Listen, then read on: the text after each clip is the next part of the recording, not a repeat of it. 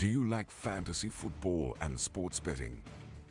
Come join us here at the Parlay Fantasy Football Podcast, where hosts Matt, Shane, and Jason talk about fantasy players, lineups, and sports betting to help you compete and win championships. And of course, some extra cash. Let's jump right into the show. Welcome back to the Parlay Fantasy Football Podcast. I know you'll be a bit surprised today because it is just Jason and I, and Matt could not quite make it for this one.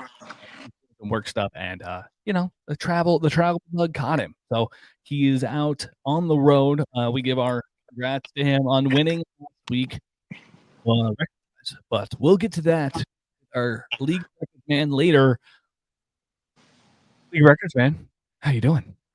Doing well. Hey, glad to be back. It was kind of a rough week for me and the betting, but it was a rougher week for the NFL refs. It was indeed. Fun fact.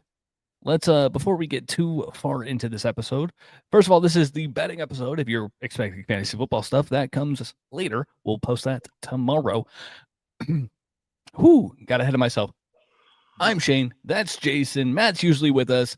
If you would like to hit a follow or subscribe, we would much appreciate it. You can find us on all of our socials. They are found in the description below.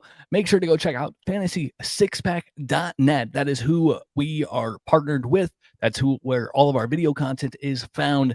And also, the information on that website is next level. I cannot stress that enough. It's next level. You will be happy caching all of your plays using the data that is found on the website. It's definitely helped us. And, we're on there too, so you get all of our plays as well. So it's a double tag here, and we can't stress enough how important it is to get in there and go utilize the resources that they have. Use Parlay FF for 15% off. Now, Jason, it's been a weird week.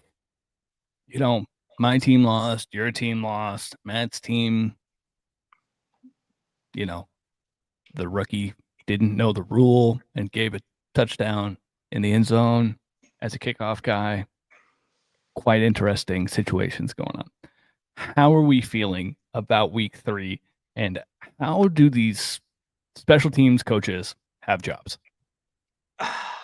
I think you've seen real quick which teams practiced and rely on the kickoff rather than the teams that just don't even care and will kick it in the back of the end zone.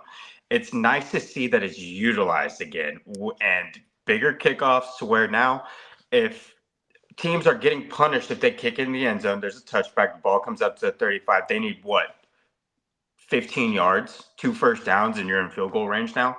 Points are going up because of that, so you're going to see more of an incentive to kick the ball off and do some sort of knuckleball kind of kick now. Oh, yeah, I love the new kickoff style. I like the fact that they brought it back, and that, to an extent, brought back what is now a kickoff. My dad, I was watching the game with my dad on week 1, and he was like, it's not football. And I was like, no, this is the best thing we can ask for. Like, this is the best of what we can hope for at this point. And I like it. I like that the play is still in the game. And I like this iteration of it. Anyways, Jason, Matt won our record challenge last week, so he would be the guy that gets to go first for this. Do you want to go ahead and recap for us, and then we'll launch right into Matt's college plays and his NFL plays since he mailed them into us? Cool. You got his college plays in front of you? I do, yes. Okay, perfect. Yeah, so last week, Shane, it was a better week for us instead of week 1. Week 2, we did okay. I'm going to say that. We went 4-5. We were down 1. Our locks, we went 1-2 as a group. Your boy went 1-2 for his free picks. Matt went 2-1. You went 1-2 with your free picks. Season total with our free picks that we have given out, or with all of our picks that we have gone over, we're 14-19, but we are plus 0.6 in our total units. So we have made you money if you have followed us, thanks to Matt and Shane, to be more specific. But guys, more importantly, we are still alive in Survivor, Shane. We I are. don't know how that happened. That was the most stressful game I've ever seen, especially for a Survivor, but it happened. I thought the Cowboys should have lost multiple times in the fourth quarter, but we survived, and that's all that matters. We are still going on right now. But yeah, no, will you lead us off with Matt's college picks, and we can go into his NFL picks? Yeah. So just to recap, Matt went 1-2 on college football picks, and he are on the pod, and then 4-6 overall. He's still set above 500 for college football. He is 18-15-2, and he is positive 14.5 units for college football. So definitely slamming it still, even though that record is not near as sexy as well as last year. I guarantee he'll pick that up. I guarantee it. Just stay tuned in for that. This week he is playing James Madison -9.5 at Liberty, and that's his lock of the week. I don't know if you've seen this, Jason. JMU actually has speed limit signs on their locker room entrance where if a player hits the speed, he gets to put his name on the speed limit sign so that it will be there forever.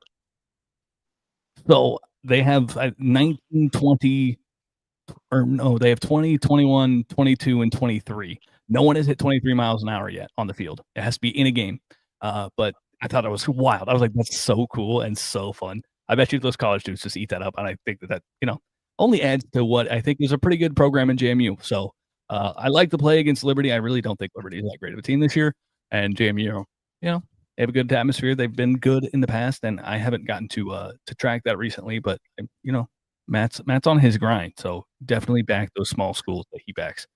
NC State at Duke under 58.5 is play number 2. And then to round it out, a plus money play, Matt, a plus money play. You got Indiana at home versus Illinois, and he is taking the Illinois money line. The Fighting Illini are plus 160 to win. Man, that is quite the play. That's a battle of ranked teams and undefeated teams. Yeah, and taking the road underdog that's a bold stance, Matt. I love it. I love that out of you. And then Jay, I'm just gonna run right through his NFL picks. 3-1 last week in the NFL. His lock hit, and then his lock for this week is Tampa Bay -7 at the Jets. I think Matt has a thing for Tampa Bay because his lock last week was also Tampa Bay. And the Cleveland Browns plus 9.5 versus the Packers. That number has already slightly started to move on some books. It is found at 8.5 for that specific line on some books. You can still find the 9.5 on some books. And then he has Eagles -3.5 versus the Rams at home. Which, Jason, if you don't mind, I'm just going to slam it down right now.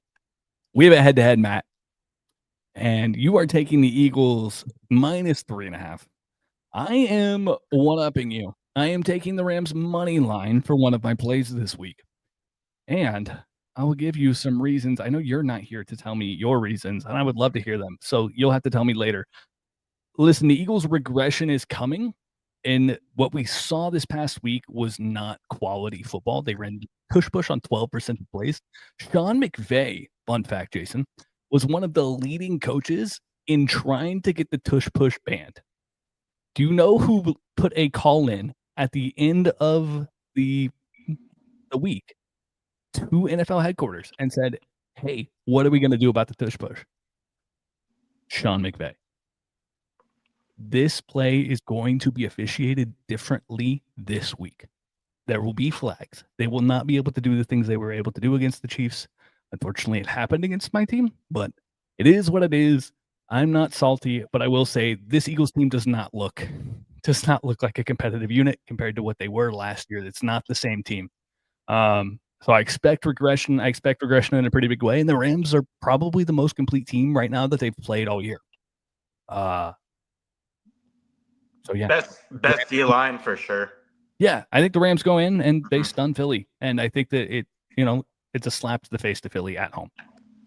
Yeah. Especially because I think Philly, kind of got after any big game win, you have kind of a tendency to just kind of like have that let down. And this is that spot to capitalize on that.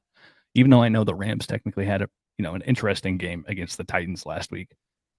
And then just to go into my other picks, Jason, I'm going to give out my lock of the week, which is Falcons -4.5. That number is still in play. You can get it at -120. I got it at -115 yesterday. So you can play -120. I'm okay playing the -120. I'm also okay playing 5.5 or 5 if you want to play 5 straight up. Listen, I think that the Panthers are pretty terrible. They also just lost their center and their guard on the offensive side. Derek Brown is also banged up. So I think that there's a lot of, stacked injuries on that interior on both sides of the ball, and they just haven't been inspiring. I'm backing the Falcons to go in and smack the Panthers around a little bit, not Tom and Jerry, but I don't know a Falcon, Jason. I was going somewhere with that. I don't know a Falcon. I was trying to think of a Falcon. I don't got one. And then, of course, you have my teaser of the week, Jason. Yep. This is an easy one. You're taking the Bills to -6.5, and you're taking the Buccaneers to -0.5. I agree with Matt that the Buccaneers are probably going to win this game. Matt has it at 7. It's still out there available at 6.5 at -115. And when you're teasing it, it doesn't matter what the price is. So just know that. Go find the best number and play the best number. Bills -6.5 because they're playing Miami. Miami in Buffalo is terrible. Tua on the road is terrible. You've heard all the stats. You don't need me to reiterate them. The Buccaneers also against the Jets. They're playing Tyrod Taylor most likely as Justin Fields is in concussion protocol. Get this number before it crosses over the 7.5 because I think that there's a chance it does. I will say Baker is banged up, so this is a situation you do have to monitor. Yeah. But yeah, those are my plays. You have the Falcons, Rams, and the teaser of Bills and Buccaneers. Jason, what do you got on deck for us this week? Yeah, I actually dig your picks this week. If I had to lean one way with the Rams-Eagles game, I would lean your way just because of that defensive line and their defense has shown that they can get after the quarterback this year. And can you make Jalen Hurts throw the football? We haven't seen that yet. Look out for A.J. Brown getting kind of pissed off right now and possibly requesting a trade in the near future. Hold on. Did you see the thing? Did you see the picture of it's the photo of Jalen, Mac Jones, and yes, I did. Tua all standing, and they were like, "Hey, this is what was it like 600 yards and 5 passing 699 yards and 5 passing touchdowns happened this week." And they're like, "Yeah, if you remove Jalen Hurts, it's still 600 yards and 5 passing touchdowns." I was like, "That's crazy," and it's warranted because I need to see him throw the ball. A team needs to make him throw the ball. But going into this, I'm going to start off with my lock, Shane. Give me the battle of the backup quarterbacks this week. It might be a gross game, and I'm okay with it being a gross game. Give me the Vikings -2.5 at home versus Jake Browning. I like Carson Wentz in this matchup. If we're going based on the quarterbacks, give me Carson Wentz. I have more trust in Kevin O'Connell and that offense, and I like a defense. I like the Vikings defense to blitz the hell out of Jake Browning. He did throw 3 picks last week, and I think they're going to get after him and make him throw the ball absurdly like he did last week. So give me the Vikings at home, 2.5. I think that's going to be a 1-unit play. The next 2 are going to be half-unit plays on this. Next one, give me the backup quarterback again. The Niners loving spamming the backup QBs. Yeah, the Niners impressed me last week, especially with Mac Jones. We know the Niners wanted Mac Jones whenever they were in the draft and they had to settle for Trey Lance. But we know Shanahan likes a system quarterback. I don't like the way the Cardinals play versus why am I blanking on his name right now? The Cardinals played the Panthers last week. Panthers, yes. I don't like how they gave up 22 points versus a very mid Panthers team in that sense. So give me the Niners to stay hot and start off 3-0 actually, and see where that goes. Oh, hey, Jason, we got some questions here for you. Yeah, hit me with them. Does the fact that Browning has been with the Bengals for a while matter? And does that overshadow how good KOC can get Wentz ready on a new team? I mean, we've seen Kevin O'Connell work with backup quarterbacks in the past with Sam Darnold. Then who's the astronaut dude that they had? Josh Dobbs. Josh Dobbs. Hey, he won games with both of them. Brian Flores. I trust Brian Flores as defensive coordinator versus Browning having worked with the Bengals and trying to only throw the ball to Jamar Chase. I mean, he went up against a mid Jaguars team and threw 3 picks. What's he going to do whenever he gets the help blitzed out of him and without a good O-line? So I also, picking the better defense in the spots, I think a pretty good handicap in this, especially because it's Minnesota at home. So I think that definitely matters. The Bengals defense is, everybody's favorite shining star of a unit because they can't stop anything. And even though Minnesota doesn't have Aaron Jones, he went on IR. I still think that Jordan Mason will be able to do just a fine enough job considering the Bengals, regularly forget how to tackle. So I would be looking at maybe maybe a touchdown, anytime touchdown play. What do you think, Kyle? You'll have to send us, you'll have to maybe send me a sneak peek on your anytime touchdown projections, which can be found on fantasysixpack.net. And we'll see what Jordan Mason has cooking up for Minnesota as far as odds go for that. Got one more play for you, Shane, and this is an easy one for me. Give me the Ravens -4.5 versus the Lions in primetime on Monday night. It's real simple. Lamar Jackson dominates the NFC.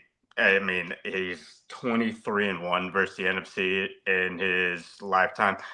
Didn't get the number against the spread, but I like Lamar versus teams that haven't seen him very often. That gives them the upper hand. We've seen Lamar against teams who haven't seen him that often dominate them, and it's not even close. He is on track for another MVP type season if he keeps it up. Lions, the only part of this game that scares me is the Ravens secondary versus the Lions. Goff did find some rhythm last week, and he showed Ben Johnson who the real quarterback is, and that's his son, and who can play well. So I like this game to be kind of a shootout, but the Ravens pull this one out and win and cover this 4.5 line. I'm seeing it down to 4.5. It's up to 5.5 some places. I would try to get it at 4.5 right now. So give me the Ravens at home with that pick. Oh, Kyle, you can give us a sneak peek, buddy. You don't have to tell everybody else. Just send it to me. Please. We'll work off it. We'll just work it off on ourselves.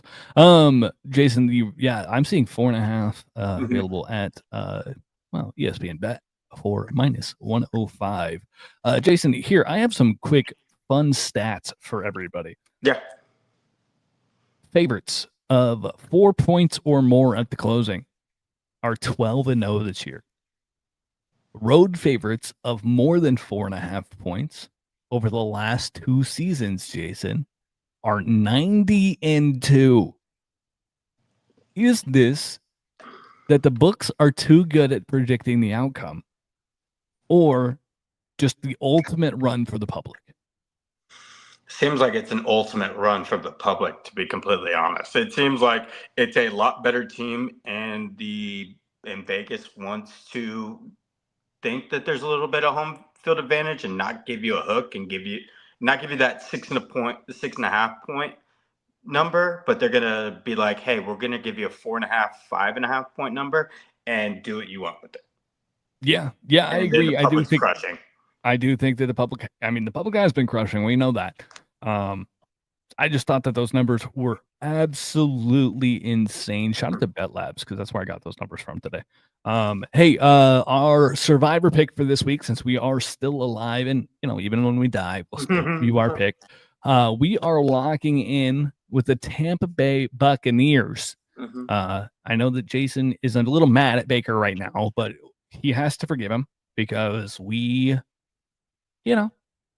using them this week. So I think that this is a spot where they can capitalize, playing the Jets, playing Tyrod Taylor. So, pretty easy one. Kyle, I agree. The Vikings O-line is not great, but it is, I think, I mean, it's better than Texans O-line. So considering that the Texans stole one of the guards from Minnesota last year, but that's neither here nor there. I wish that we did. That's something I want to do. I'll grade offensive linemen for this later. Jason, our underdog parlay of the week. Are the dogs gonna finally bark? Because that's what Vegas needs, and that's what I would like this week. I would kind of like some yaps going around, although hopefully not here. I guess hopefully not in MetLife. That's I don't want to hear yaps at MetLife. Yeah, no, I do think the dogs will bark this week. I think we're going on a pretty conservative kind of plays this week, but I also see them winning. Matt is going to give you the Titans. I'm giving you the Texans, and Shane is giving you the Rams. So we're looking at two teams winning their first game in division, and we're looking at the Rams to upset the defending Super Bowl champions, which they almost had that game won last year in the NFC Championship, and it kind of fell Should have apart. won it. Yeah, they 100% should have won it last year. Do you have that? Can you pull up that number for us, Shane? If you have I'm typing it right now, my guy. It is 900. 1,374. So 1,374. So $10 to win $137.40. Yeah, hey, we're bound to hit soon, my guy. We are bound to hit soon. We hit two big ones last year, and funny enough, last year the one we hit that was the biggest was huge. Was in week 4. So if we don't hit it this week, I say ride with this next week, because of the early season you get some chaos, and this is the situation that I think maybe with all the quarterback changes going around and just some teams traveling there and back, that we're going to see some wonky outcomes. Right, I agree. You got anything else for us, Jason, before we say goodbye to the boys, and we'll see them, tomorrow for the fantasy episode? Now, this one, it gets kind of interesting with a lot of injuries coming out, which, hey, kind of stay on the teams that have injury reports coming out later this week and go from there. Lines will probably switch a lot here in the next couple of days, so just be aware of that, and we'll update you on our picks and whatnot going forward. 100% we will.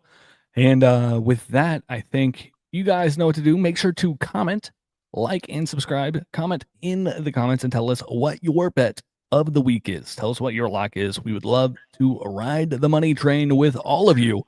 And in the meantime, we love you to the moon and back. Bye-bye.